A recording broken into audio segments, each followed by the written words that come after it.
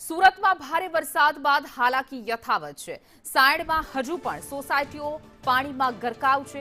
સાયણથી સંદેશ ન્યૂઝનો ground zero report. સાયણમાં સાફલ સોસાયટીમાં ઘરમાં પાણી ભરાઈ ગયા છે, જેમાં 2 દિવસથી 55 ઘરમાં ભરાયેલા છે વરસાદી પાણી। વરસાદ બંધ થતા સોસાયટીમાંથી પાણી ઓસરવાનું નામ નથી લઈ રહ્યા। ઓસરી નથી રહ્યું તો ઘર વખરીઓનો સામાન પલળી જતા લાખોનું નુકસાન થયું છે।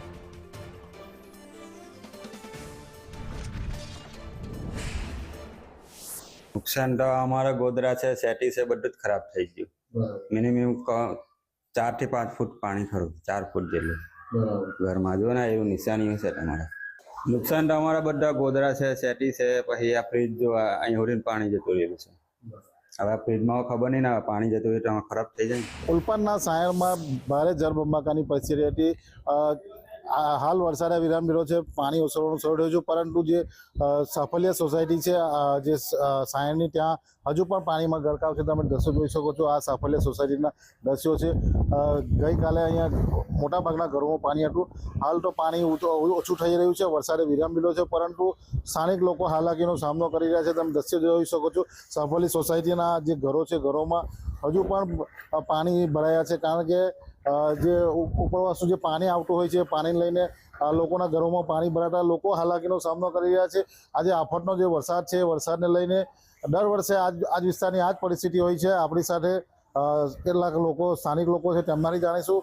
ભાઈ, આ જે વરસાદ પડ્યો છે, શું કહેશો? તમારા ઘરમાં પાણી હતું ગઈકાલે કેટલું પાણી હતું આ વિસ્તારમાં? ગઈકાલે ક્યાં સુધી કમર? હાલ તો ઘરમાં પાણી છે મતલબ સામાન ઉપર લઈ લે, પણ થોડો ઘણો બગડી ગયો છે। ફ્રીજ તણાઈ ગયું, સિલાઈ મશીન બગડી ગઈ અને ઘણું બધું નુકસાન તો થયું છે। ગાડીઓ બગડી ગઈ અમારી। તમને દ્રશ્ય બતાવવા માંગે છે, આજે ઘરોમાં પાણી હજુ હાલ પણ ઘરોમાં પાણી ભરાયેલા છે। લોકોએ પોતાના સામાન બચાવવા માટે ટેબલની ઉપર કબાટ મૂક્યો છે। તમે દ્રશ્ય જોઈ શકો છો, જે રીતે ગઈકાલે જે વરસાદ હતો, વરસાદને લઈને ઘરમાં અડધું ઘરમાં પાણી ડૂબી ગયા હતો અને ઘર વખરીનો સામાન પણ પલળી ગયો હતો। લોકોએ પોતાના સામાન બચાવવા તમે દ્રશ્ય જોઈ શકો છો, આ ઘરમાં હજુ પણ પાણી ભરાયા છે અને લોકો હાલાકીનો સામનો કરી રહ્યા છે। ખાસ કરીને જો વાત કરવામાં આવે, હજુ પણ અહીંયા કોઈ પ્રશાસન ફરક્યું નથી, પરંતુ સંદેશ ન્યૂઝ તમને બતાવવા માંગે છે કે આ વિસ્તારમાં પાણી ભરાવાની સમસ્યા દર વર્ષે છે અને આ વર્ષે પણ એ સમસ્યા હતી અને અડધું ઘર ડૂબી જાય એટલા પાણી ગઈકાલે આ વિસ્તારમાં હતા। હાલ પણ તમે દ્રશ્યો જોઈ શકો છો, તમારા ઘરમાં પાણી ગયા વર્ષે આવેલા? ગયા વર્ષે ઓછા, આ વર્ષે વધારે છે। બહુ પાણી? આ વર્ષે તો ડબલ પાણી હતું। બરાબર। ગયા વર્ષે ઘૂંટણ સુધી હતું, આ વખતે કમર સુધી પાણી હતું। કોઈ જોવા આવ્યું ખરું? કંટ્રોલ કોઈ નથી આવ્યું। બરાબર। દર વર્ષે કોઈ જોવા નથી? કોઈ ગયા વર્ષે સરપંચ શ્રી આવેલા, આ વર્ષે કોઈ નહીં? પૂર્વ સરપંચ। આ વખતે નવા સરપંચ તો કોઈ આવ્યા નથી। બરાબર। આ પાણી ભરવાનું કારણ શું લાગે તમને આ વિસ્તારમાં? કામગીરી અધૂરી છે। આ લોકો કોઈ મોસમ કામગીરી નથી કરતા?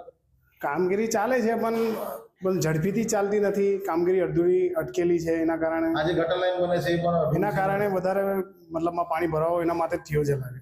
કામગીરી અધૂરી છે, એના કારણે। તો જોયું કે તમે જે રીતે વરસાદ વરસ્યો છે, વરસાદને લઈને ઠેર ઠેર ઘરોમાં પાણી ભરાયા હતા। ગઈકાલે જે સોસાયટીમાં પાણી ભરાયા હતા, જેને લઈને અનેક લોકોના ઘરોમાં પાણી ભરાયા હતા। ઘર વખરીનો સામાન પણ હાલ પાણીમાં પડી ગયો છે અને મોટું નુકસાન આ વિસ્તારમાં થયું છે। નિલેશ પટેલ, સંદેશ ન્યૂઝ, સુરત।